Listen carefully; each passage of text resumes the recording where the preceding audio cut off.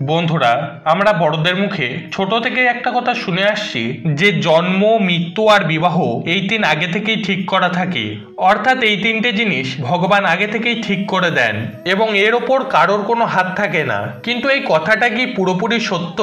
আমাদের অনেকের অনেক সময় মনে এই চিন্তা আসে যে যদি সবকিছুই আগে থেকে ঠিক করা থাকে তাহলে ধর্মকর্ম, পূজা প্রার্থনা এইসবের কি অর্থ? এই বিষয়ের আসল সত্যটা কি সেটা ভগবান শ্রীকৃষ্ণ স্বয়ং বলেছেন। তাহলে চলুন দেরি না করে জেনে নেওয়া যাক ভগবান শ্রীকৃষ্ণের এক পরম ভক্তের কাহিনী, যার কুষ্ঠিতে মৃত্যুযোগ ছিল। সেই ব্যক্তি চিকিৎসা করতে গিয়ে ডাক্তার বলেই দিয়েছিলেন তার আর বাঁচার কোনো সম্ভাবনা নেই। বন্ধুরা, আজকের এই ভিডিওতে আমি এমন একজন ব্যক্তির কাহিনী আপনাদেরকে শোনাবো যার কাহিনী শোনার পর ভগবান শ্রীকৃষ্ণের প্রতি আপনার ভক্তি আর ভালোবাসা দুটোই বেড়ে যাবে। ভিডিওটা শুরু করার আগে আপনারা যারা এই চ্যানেলে নতুন ভিডিও দেখছেন তারা চ্যানেলটাকে অবশ্যই সাবস্ক্রাইব করুন এবং বেল বাটনটিকেও প্রেস করে রাখুন যাতে এরকম নতুন নতুন ভিডিও সবার থেকে আগে আপনার কাছে পৌঁছে যেতে পারে। ভিডিওটি দেখার পর যদি আপনার ভালো লাগে তাহলে ভিডিওটিকে অবশ্যই একটি লাইক করবেন এবং সবাইকে শেয়ার করবেন যাতে তারাও এই ভিডিওটি দেখে উপকৃত হতে পারে। আর অবশ্যই কমেন্টে জয় শ্রীকৃষ্ণ লিখতে ভুলবেন না। তাহলে আসুন ভিডিওটি শুরু করা যাক। কলকাতার ভিআইটি নগরের বাসিন্দা সুকান্ত বাবু। আজ তার বয়স 82 বছর। যখন তার বয়স মাত্র 36, ডাক্তারেরা বলেছিলেন তিনি আর বাঁচবেন না, কিন্তু তিনি মৃত্যুকে জয় করেছিলেন ভগবান শ্রীকৃষ্ণের অপার করুণার ফলে। সুকান্ত বাবুর জন্মের সময় তার বাবা মা এক বিখ্যাত জ্যোতিষীকে দিয়ে সুকান্ত বাবুর কুষ্ঠি তৈরি করিয়েছিলেন। জ্যোতিষী সেই কুষ্ঠি তৈরি করার পর সুকান্ত বাবুর মা বাবাকে জানান যে 34 থেকে 38 বছরের মধ্যে সুকান্ত বাবুর জীবনে মৃত্যুর বিপদ ঘনিয়ে আসছে, যা কাটিয়ে ওঠা প্রায় অসম্ভব হয়ে উঠবে। সুকান্ত বাবুর মা বাবা তখন নিজের সন্তানের কুষ্ঠিতে মৃত্যুযোগ দেখে প্রচন্ড ভয় পেয়ে গেছিলেন, কিন্তু তারা সুকান্ত বাবুকে এই কথা কখনোই জানাননি। বাল্যকাল থেকেই সুকান্ত বাবুর ভগবান শ্রীকৃষ্ণের প্রতি গভীর নিষ্ঠা ছিল। যখন তিনি প্রথমবার নিজের বাবা মায়ের সাথে বৃন্দাবন যান তখন তার বয়স মাত্র 7 বছর। বৃন্দাবনে তার পরিবার এক সিদ্ধ সাধকের দর্শন লাভ করে, যিনি তাদেরকে বলেছিলেন অনেক পুণ্যকর্মের কারণেই একটি আত্মা মানবজনিতে জন্মগ্রহণ করতে পারে। তাই মানবজনিতে জন্মগ্রহণ করার পর মানুষের প্রধান কর্তব্য হলো দারিদ্র্যের সেবা করা, পশু পাখির সেবা করা, ধর্মের পথে চলা, ভগবান শ্রীকৃষ্ণের নাম জপ করা, কীর্তন করা, ভজন গাওয়া এবং গীতা পাঠ করা। এই রকম সৎকর্ম ও ভগবান শ্রীকৃষ্ণের আরাধনার মাধ্যমে মানবজনী থেকে সম্পূর্ণ মোক্ষ লাভ করা যায়। অর্থাৎ মৃত্যুর পর এই জন্ম মৃত্যুর বন্ধন থেকে চিরকালের জন্য মুক্তি পাওয়া যায়। এই কথাগুলি বালক সুকান্তের হৃদয়ে গভীরভাবে রেখাপাত করেছিল। বৃন্দাবন থেকে ফেরার পর তিনি নিয়মিত ঠাকুর ঘরে বসে মায়ের সাথে ভগবান শ্রীকৃষ্ণের পূজা করতেন। তার বাবা মা তাকে গীতা পাঠ করে শোনাতেন আর তিনি নিয়মিত ভগবান শ্রীকৃষ্ণের নাম জপ করতেন। ধীরে ধীরে তিনি বয়স বেড়ে ওঠার সাথে সাথে নিজেই গীতা পাঠ শুরু করেন।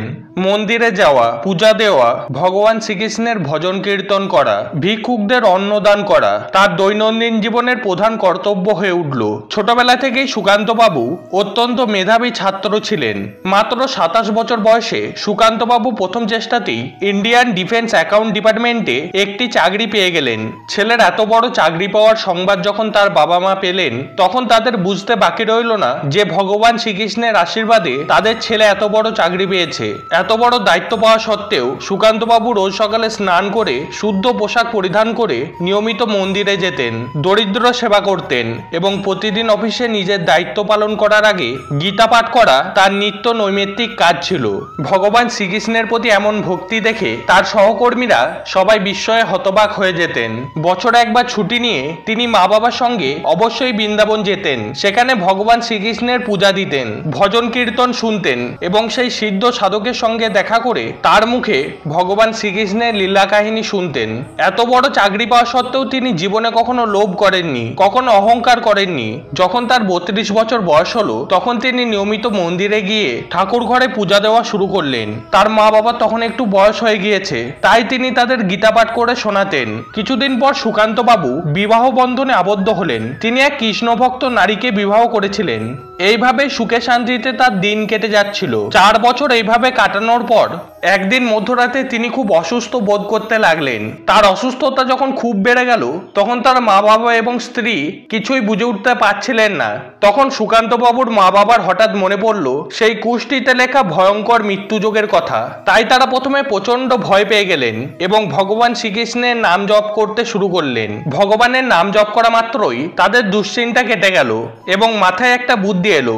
তখন সুকান্ত বাবুর বাবা নিকটবর্তী বেসরকারি হাসপাতালে ফোন করে অ্যাম্বুলেন্স ডেকে পাঠালেন। যখন অ্যাম্বুলেন্স এলো তখন সুকান্ত বাবুকে সেই হাসপাতালে নিয়ে যাওয়া হলো। তার শারীরিক অবস্থা খুবই খারাপ ছিল, তাই অ্যাম্বুলেন্স হাসপাতালে পৌঁছানো মাত্রই তাকে আইসিইউতে ভর্তি করে নেওয়া হলো। সুকান্ত বাবুর তখন প্রচন্ড শ্বাসকষ্ট হচ্ছে। তার বাবা মা এবং স্ত্রী অত্যন্ত ভেঙে পড়েছেন। তারা শ্রীকৃষ্ণের একটি মূর্তির সামনে দাঁড়িয়ে অঝরে কাঁদতে লাগলেন। সুকান্ত বাবুর চিকিৎসার দায়িত্ব পড়ল ডক্টর আহুজা নামক এক বিখ্যাত ডাক্তারের ওপর। তিনি তৎকালীন সময়ে সব থেকে বড় ডাক্তার ছিলেন। যাই হোক, সেই রাত কাটার পর ডাক্তার পরের দিন তাদের জানালেন যে তাদের ছেলের অবস্থা খুব একটা ভালো নয়। তার হার্টে কিছু একটা গভীর সমস্যা দেখা দিয়েছে, তাই তার সমস্ত টেস্ট না হওয়া পর্যন্ত এবং শারীরিক উন্নতি না হওয়া পর্যন্ত আইসিইউতে রাখা হবে। ডাক্তার বাবুর এই কথা শোনার পর সুকান্ত বাবুর পরিবার অত্যন্ত ভয়ে ভীত হয়ে পড়লেন, কিন্তু তাদের আস্থা ছিল ভগবান শ্রীকৃষ্ণের প্রতি। তার মা নিয়মিত ভিজিটিং আওয়ারে ছেলের সঙ্গে দেখা করতেন এবং তার সামনে দাঁড়িয়ে কিছুক্ষণ তাকে ভগবত গীতা পাঠ করে শোনাতেন। এইভাবে 7 দিন অতিক্রান্ত হওয়ার পর সুকান্ত বাবুর শারীরিক অবস্থা আরো খারাপ হয়ে গেল। তখন ডাক্তারবাবু তাকে ভেন্টিলেশনে রাখার পরামর্শ দিলেন।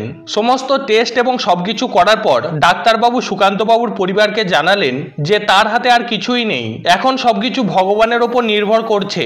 কিন্তু অবিশ্বাস্যভাবে ডাক্তারের মুখে এই কথা শোনার পরেও সুকান্ত বাবুর মা বাবা এবং স্ত্রী বিচলিত হলেন না, কারণ তাদের অটুট বিশ্বাস ছিল ভগবান শ্রীকৃষ্ণের ওপর। তারা প্রতিদিন ভোরবেলায় উঠে স্নান করে শুদ্ধ পোশাক পরে মন্দিরে যেতেন এবং ভগবান শ্রীকৃষ্ণের পূজা দিয়ে ভগবানের সামনে বসে সুকান্ত বাবুর জন্য প্রার্থনা করতেন। সুকান্ত বাবু অত্যন্ত ভালো স্বভাবের মানুষ ছিলেন, তাই তার প্রতিবেশীরাও তার জন্য প্রার্থনা করতেন। তার বাবা মা এবং স্ত্রী দীর্ঘক্ষণ শ্রীকৃষ্ণের দিকে তাকিয়ে বসে থাকতেন। আর তারপর একদিন পরম করুণাময় ভগবান শ্রীকৃষ্ণ এমন লীলা দেখালেন যা শুনলে আপনারা অবাক হয়ে যাবেন। ভেন্টিলেশনে টানা 2 দিন অবচেতন হয়ে পড়ে থাকার পর সুকান্ত বাবু হঠাৎ একটি স্বপ্ন দেখলেন। স্বপ্নে তিনি দেখলেন তিনি অবচেতন হয়ে পড়ে আছেন এবং তার মাথায় হাত বুলিয়ে দিচ্ছেন স্বয়ং ভগবান শ্রীকৃষ্ণ। এই আশ্চর্য কথা তিনি সুস্থ হবার পর তার পরিবারকে জানান। এই দৃশ্য অনুভব করার পর তিনি ভগবান শ্রীকৃষ্ণকে স্পর্শ করার জন্য তার চোখ খুলে ফেলেন। এই চোখ খোলা দৃশ্য দেখে উপস্থিত নার্স ডাক্তারকে দ্রুত খবর দিল। ডাক্তার এসে সুকান্ত বাবুকে দেখে খুবই অবাক হলেন, কারণ সুকান্ত বাবুর সেই অবস্থায় চেতনা ফিরে পাওয়ার কোনো সম্ভাবনাই ছিল না। ডাক্তাররা দেখেন সুকান্ত বাবু সচেতন অবস্থায় নিজের চারপাশে কিছু দেখার চেষ্টা করছেন। সঙ্গে সঙ্গে তার টেস্ট করা হলো এবং সমস্ত কিছু টেস্ট করে জানা গেল যে সুকান্ত বাবুর শরীর আগের থেকে অনেকটাই সুস্থ আছে।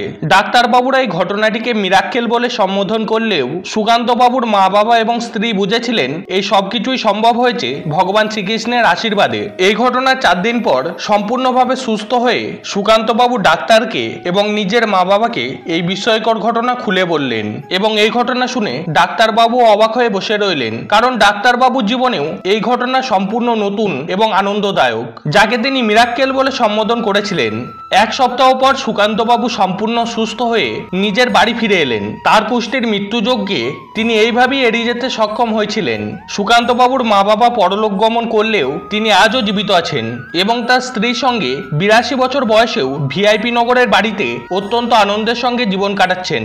বন্ধুরা, বলা হয় যে নিয়মিত শুদ্ধ মনে ভগবান শ্রীকৃষ্ণের নাম জপ করলে, ভগবানের কীর্তন বা ভজন শ্রবণ করলে এবং গীতা পাঠ করলে ব্যক্তি জীবন থেকে নানা রকমের বাধাবিঘ্ন বা দুঃখ কষ্ট দূর হয়ে যায়, আর্থিক উন্নতির পথ প্রশস্ত হয়, এমনকি মৃত্যু ভয় পর্যন্ত কেটে যায়। তাই নিয়মিত ভগবান শ্রীকৃষ্ণের নাম জপ ও গীতা পাঠ অবশ্যই করবেন এবং সময় পেলে অবশ্যই ভগবান শ্রীকৃষ্ণের লীলা কাহিনী শ্রবণ করবেন। বলা হয় এই 4টি বিষয়ে কখনো লজ্জা পাওয়া উচিত নয়: পুরাতন কাপড়, বয়স্ক মা বাবা, দরিদ্র বন্ধু এবং সাধারণ জীবনযাপন। এই পৃথিবীতে আমরা কে কতদিন বেঁচে থাকবো সেটা আমরা জানি না, আর এটা গুরুত্বপূর্ণ বিষয়ও নয়। গুরুত্বপূর্ণ বিষয় হলো আমরা মানুষের মনে কতদিন বেঁচে থাকবো। মানুষের জ্ঞানের পরিচয় পাওয়া যায় তার কথায়, যোগ্যতার পরিচয় পাওয়া যায় তার কর্মে, আর বংশের পরিচয় পাওয়া যায় তার ব্যবহারে। যারা বাড়িতে ছোট তাদের কাছে একটাই অনুরোধ যে বাড়ির গুরুজনদের সাথে কিছুটা সময় ব্যয় করো, কারণ ইন্টারনেট বা গুগলে সবকিছু পাওয়া যায় না। জীবনে আমাদের এত অহংকার কেন? ঘুম ভাঙলে সকাল আর না ভাঙলে পরকাল। বন্ধুরা, এই ভিডিওটি এবং শ্রীকৃষ্ণের কাহিনীটি যদি আপনাদের ভালো লাগে তাহলে অবশ্যই একটি লাইক করবেন এবং কমেন্টে অবশ্যই লিখবেন জয় শ্রীকৃষ্ণ। সকলে ভালো থাকুন, সুস্থ থাকুন। দেখা হবে পরের ভিডিওতে। জয় শ্রীকৃষ্ণ, রাধে রাধে।